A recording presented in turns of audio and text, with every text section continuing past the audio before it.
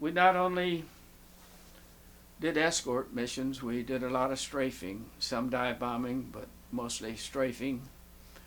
When the Germans was trying to get out of the some of the Balkan countries, and incidentally we flew missions into all the Balkan countries, in France, and I think there's about a dozen of the Balkan countries that we never knew which direction we'd be going in. I guess I will get to the mission that we was given to strafe shoot up train engines and trucks, mostly train engines, because there wasn't very many of us, and there was a lot of traffic trying to get back to Germany with to protect their German homeland. Let's see. I'm going to get to my story here. On this day, I had shot a big fuel storage tank into a nice fireball, and I'd shot up a couple of train engines. They blew up.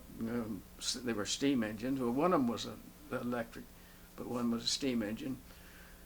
And I was leading a flight of 4, which seemed to dwindle down just from going our separate directions sometimes. But I spotted a truck convoy in a mountainous area. I'm trying to tell the story of when I got shot down. And we did a hard turn coming back in to attack this truck convoy. I told my flight members that we'd make one pass and keep going, make a firing pass and keep going, because we had plenty more targets, and you usually didn't go back a second time, because by that time they were ready to really shoot at you. Anyway, just as I was about ready to quit shooting at this truck, the sides fell away on it, and I could see those blinking gun barrels at me, and suddenly there was an explosion. I was going to go probably pass about maybe 15 or 20 feet over the target I was shooting at, and I had an explosion just in front of my about 2 feet in front of my head on the left side of my canopy, and black smoke, and I lost control for a little bit. The plane shook violently, and to shorten this story, I landed within about maybe 6,000 yards of the trucks I was shooting up. I'll try to calm down here, and when I hit a little garden spot that I guess saved my life.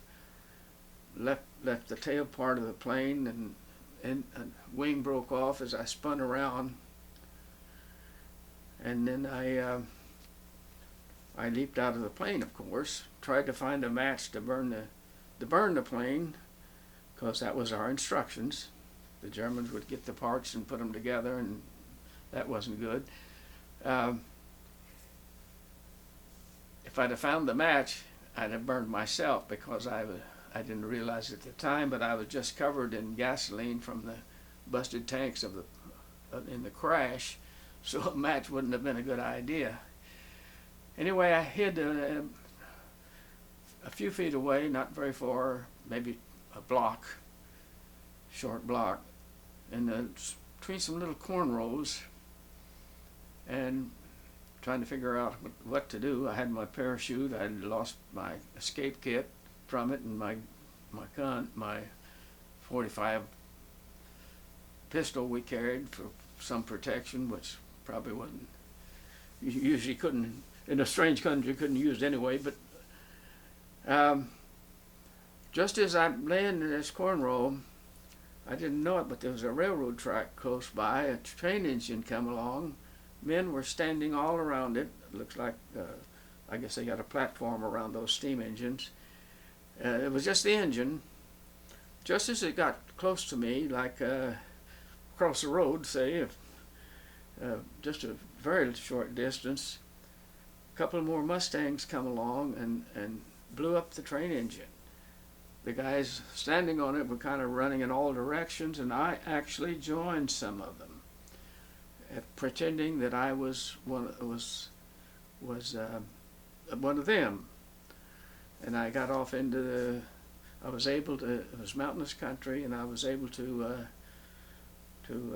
ditch them, except for one man kept following me, but he never got close. When I would stop and hide behind a bush or something, he would stop. When I'd move out, he'd move out. But eventually, I was trying to act like I had a gun, which I didn't have, but I suddenly never saw him again. I guess I should spend a little time on this one. I spent almost a month. Eventually, well, some of the times I was given a horse to ride. One time I got with the Chetnik. I guess I'm getting ahead of myself. On the very day I got shot down, it was around 4 o'clock. Along about 2 in the morning, I realized that I had to have water. I'd always, growing up in the Rocky Mountains, and a lot of hunting, I thought I could live in a mountain territory or environment, but I couldn't without water. I knocked on the door of an old farmhouse, and a man came to the door, and I tipped up like a glass. Well, I was trying to tell him I wanted some water. He disappears back in the house, comes out with a glass that looked like water, and I gulped it, and I almost choked to death right there. It was a drink, something like, they called it rakia. Some might know that one. It was like something about like Mexican tequila. It really took my breath away. And finally, I said I wasn't going to speak English because I didn't know who I was talking to. And I also knew there was a 50,000 reward from the Germans on captured pilots. And finally I said, water. And he said, wassa, wassa. I still remember those words. And he pointed to a little trough just inside the door, like made into the ground, and it was water. And boy, I drank that water. That was a gift. I was getting pretty bad off with a bad leg I'd hurt in the crash. It was totally stiff, and the knee was really throbbing. And it seemed to be when he realized I was, he did say Amerikaneski, and I said yes, and I decided to take a stand, and they put me in a little straw bed, and the mother and the daughter bathed my my hurt leg in this rakia, which is soothing. And I did notice one of about, I guess, 10 kids. There was 2 straw beds in the room. One was like for a couple. The other straw bed was clear across the room, and if nothing but straw, there was a blanket in the one bed they put me in. That's the only cover that I saw. But I took count of the people there, the kids, and I did notice that one of the young lads was missing, maybe about 10, 11 years old. And I was laying there resting, wondering what I should do, and suddenly I believe the door was kicked open. Anyway, it came open with a kind of a crash, and there was four men, 3 of them with long rifles, like World War pre-World War II vintage. And then one of the leader with a pistol, which he put at my head, and I thought I'd really had it. But I couldn't understand them. But I did finally say, "Are you partisan?" Because we'd been briefed on the partisans and the Chetniks in Yugoslavia. They would both protect Americans. The partisans were backed by the Russians at the time, which was our allies. But let's see, I'll skip on here. Oh, finally, he said, "You Amerikaninsky?" And I said, "Yes, Amerikaninsky." And he, from thinking I was about to be shot, he took me in a bear hug. And they hid me in the brush, took me away from there and hid me in the brush for about a day and a half. And I traveled by many, sometimes mostly by foot, but sometimes horseback, and one time the Chetniks, their people were used by the Germans in forced labor camps. They got me in a German truck, which I guess they thought they'd get away with, and was going to carry me a ways toward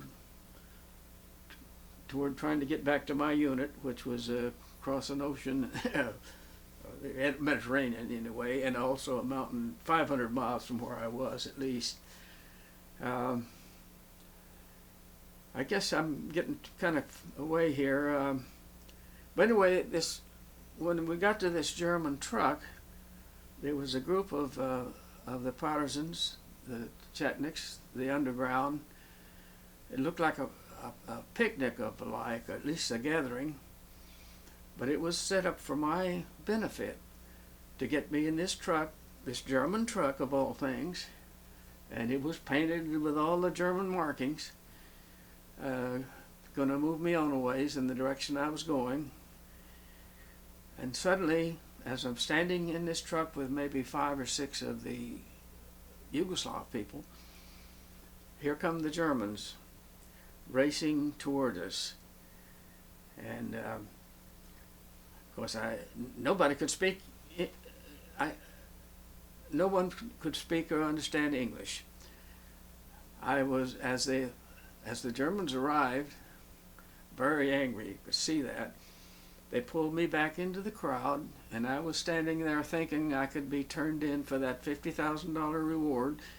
I'm just telling you how much help that really was given to me by the underground people trying to fight the Germans that was occupying their country. They pulled me back into the crowd, and the Germans, very angry, but they didn't hit anyone, but they did take several of the partisans back with them. I don't know what happened to that. Well, let's see. I believe I'm just picking at thin air here, kind of. Eventually, I arrived at a mountain hideout, and of all things, there stood my buddy, Moon Mullins. We went through flying cadet school together. A picture of him, I had it on the other one there. He got shot down. We were in the same squadron, 12 of us on that mission that day. He and I both got shot down. He got his engine hit and got about 20 miles from where there was fighting before he had to bail out. But then we got with Mihailovich, the leader of the Chetniks in Yugoslavia, and was with him for about 10 days, being chased by of all things, the Russian-backed partisans. Rather than the Germans getting close to getting me, I was afraid I was going to get killed by the other faction that was having a civil war at the time. I guess I better cut this down and say that I eventually was picked up by American rescue plane, Moon and I, and flown back to Italy, and I soon got back in my squadron and was flying again.